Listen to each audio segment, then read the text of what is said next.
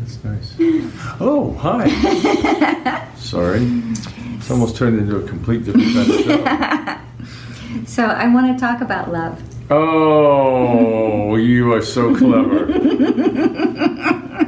No, but I really love you. I love you too, baby. No. What do you want? No.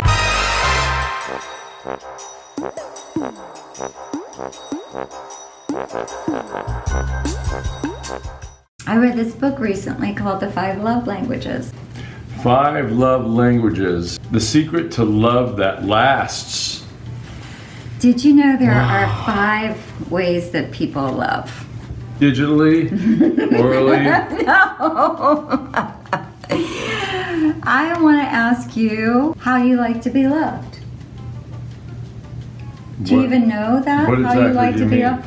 Well, They just leave me alone, and that's how you show me that you love me the best.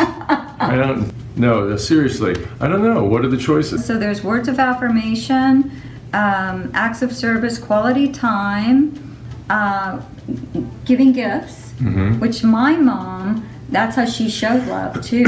She was, if she bought you something, you knew she loved you.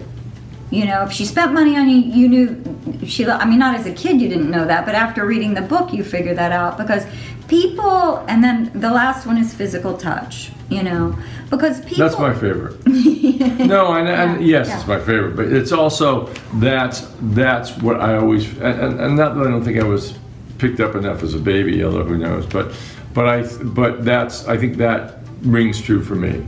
Yeah, and then the acts of service, you know, he talks about in the book, like coming over and fixing something. My father's father, who I never knew, but he was from Russia, and he was a tailor, and he really liked my mom. So he used to say, "You got some skirts? Bring the skirts over. I'll fix the skirts for you." That's what that's how he could do it. He was very non-demonstrative, but that's how he would show her that he loved her. Was that you got something for me to do for you? You need your plumbing fixed? I'll come over. I'll fix your plumbing. Yeah, you know, like if you want to come over during the holidays and put up the Christmas lights, I won't stop you. Excuse me, I gotta write that down. I'll be right back. Yeah, it's really interesting. You know, like there's a mixture for me. Like when I think about, you know, what is the top one that would stand out, you know, I used to think it was receiving gifts, you know, but it's words of affirmation is really what it is. And not just compliments, although I love compliments. I think just